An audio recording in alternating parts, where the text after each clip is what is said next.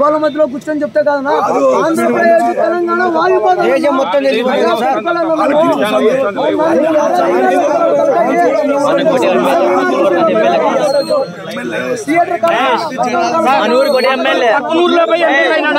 అనంతపురంలో ఉండి ఎమ్మెల్యే అయినాడా?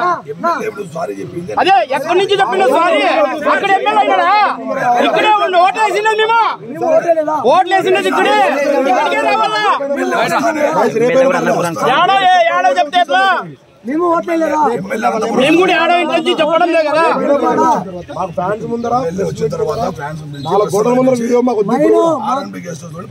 మా కన్వీనర్ ని, మా అధ్యక్షుని, రాయలసీమ అధ్యక్షుని పిలుచుకొని ఫ్యాన్స్ ముందరే క్షమాపణ చెప్పాలా.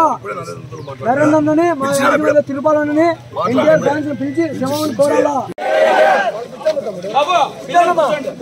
బాబుల్ కా బాబు, బాబుల్ కా బాబు, బాబుల్ కా బాబు, బాబుల్ కా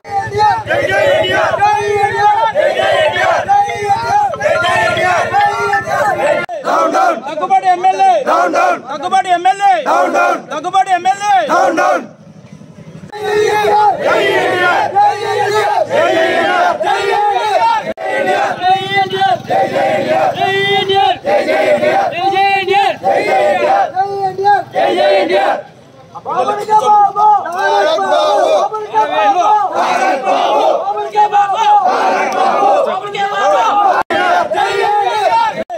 Daggubati MLA, Daggubati MLA, Daggubati MLA.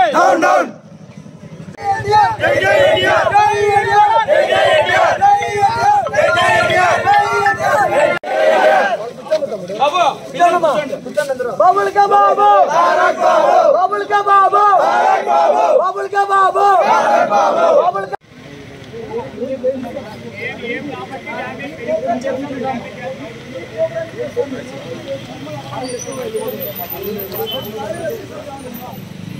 Mahesh అండి.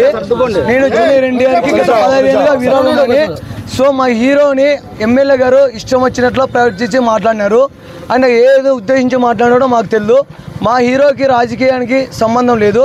మా హీరో గత 15 ఏళ్ళప్పుడు చెప్పాడు, స్టేట్మెంట్ ఇచ్చాడు.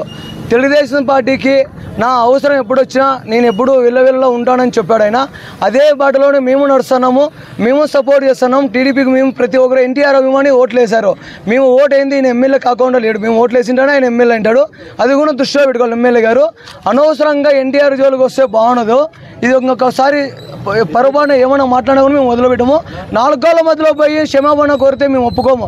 బహిరంగంగా మాకంటూ జిల్లా రాష్ట్ర స్థాయి కన్వీనర్ ఉన్నాడు, మా రాయలసీమ అధ్యక్షుడు ఉన్నాడు, ఎన్టీఆర్ ఫ్యాన్స్ ఉన్న టౌన్లో.